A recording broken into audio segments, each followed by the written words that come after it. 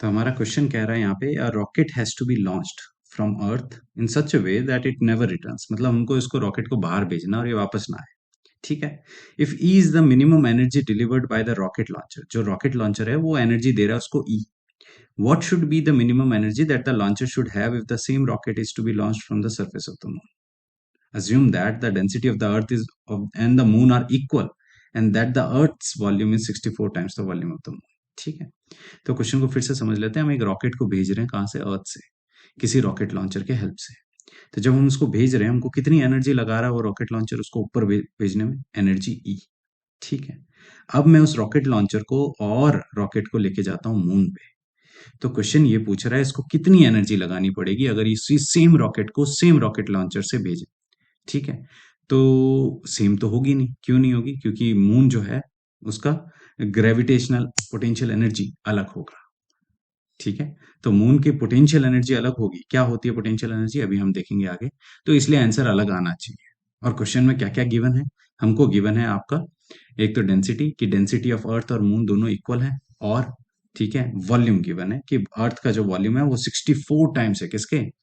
Moon के volume से। ठीक है। तो सबसे पहले मैं लिख लेता हूं यहाँ पे डेंसिटी, कि हमारा डेंसिटी कितना है? अर्थ का डेंसिटी को मैं डिनोट कर देता हूँ रो ई, रो ई।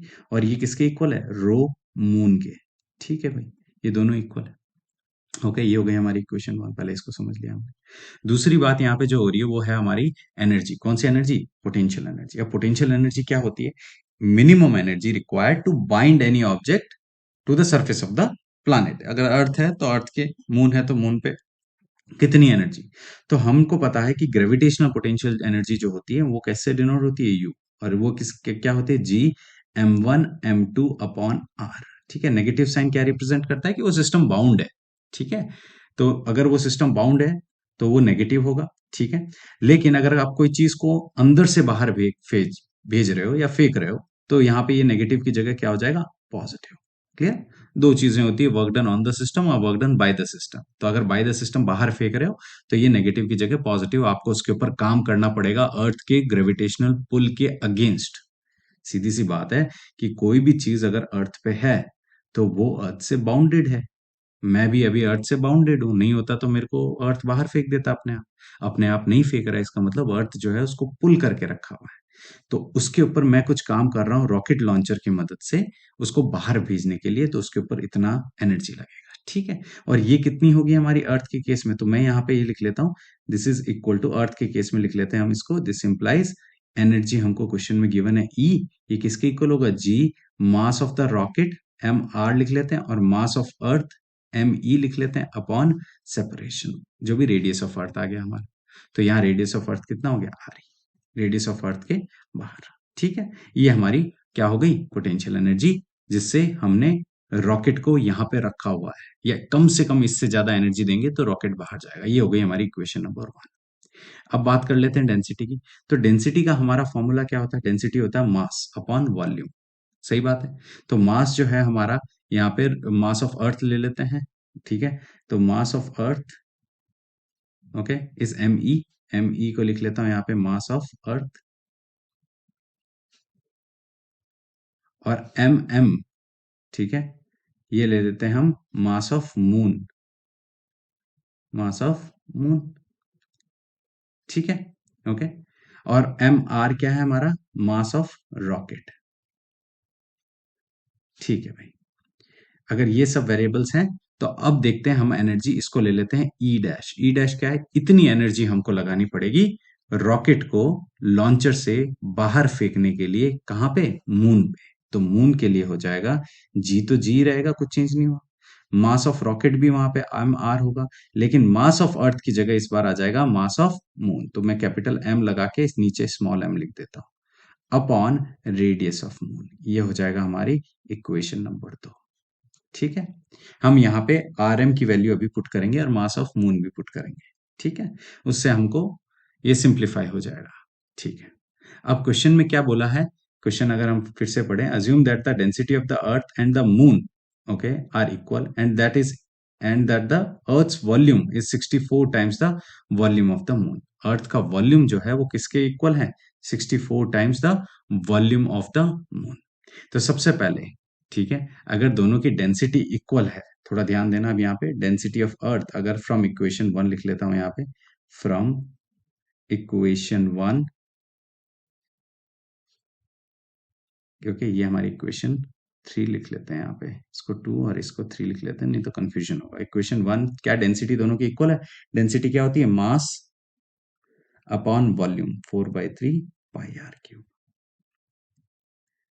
ये किसके इक्वल हो जाएगा, मास ऑफ द मून, तो मास ऑफ मून क्या है, M upon volume 4/3 pi radius of moon whole cube. लेकिन वॉल्यूम, अभी थोड़ा सा ध्यान रखना है यहाँ पे, दोनों का ये डेंसिटी इक्वल है, ठीक है। पहली, अब यहां से हमको पहले इक्वेशन, मतलब इक्वेशन नंबर 4 डाल देते हैं इसको फॉर द टाइमिंग, और पहले पहले इसको सिंप्लीफाई करके फिर डालते हैं, ठीक है, ताकि थोड़ा सिंपल हो।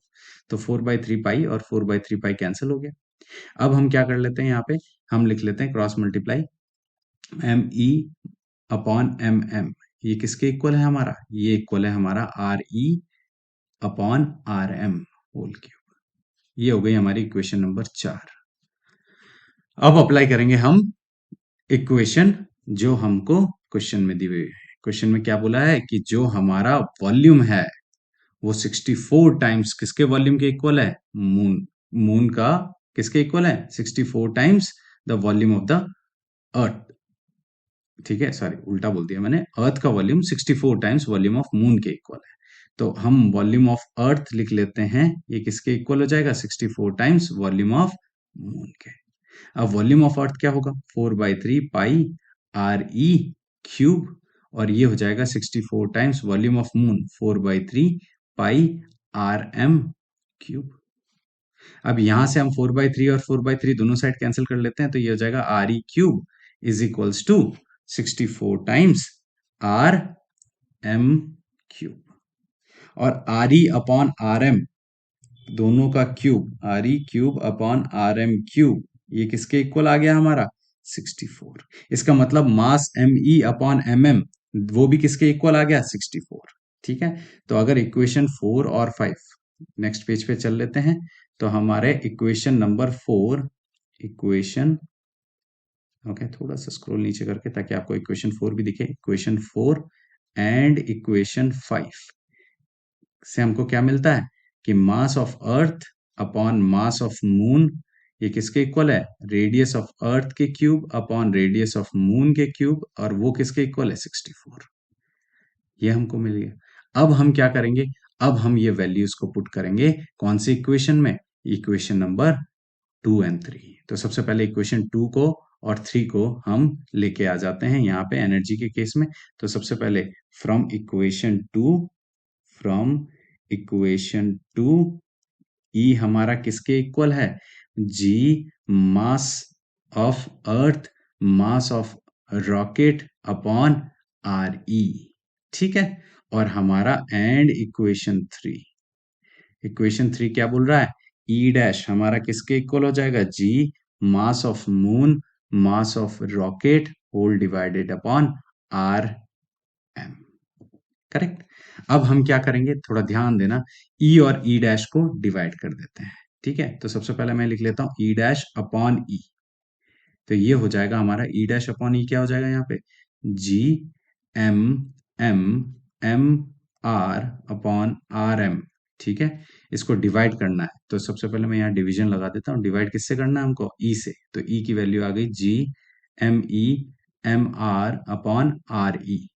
ठीक है, अब जब डिवीजन हमारा मल्टीप्लीकेशन में कन्वर्ट होगा, तो ये यहाँ पे क्या हो जाएगा, साइन चेंज हो जाएगा, किसका साइन आ जाएगा डिवीजन की जगह, मल्टीप्लीकेशन का, और जो दूसरा टर्म है वो रेसिप्रोकेट हो जाएगा, तो ये R E upon G M E M R.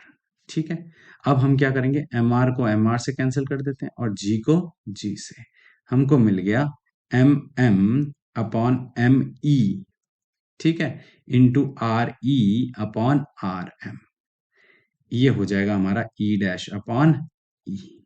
ठीक है, अब सबसे पहले M M upon M E देख लेना जरा, ये जो कॉर्नर में इक्वेशन लिखी है अब हमको इसका यूज करना पड़ेगा, तो मैं इसको थोड़ा सा यहां से कट करता हूं।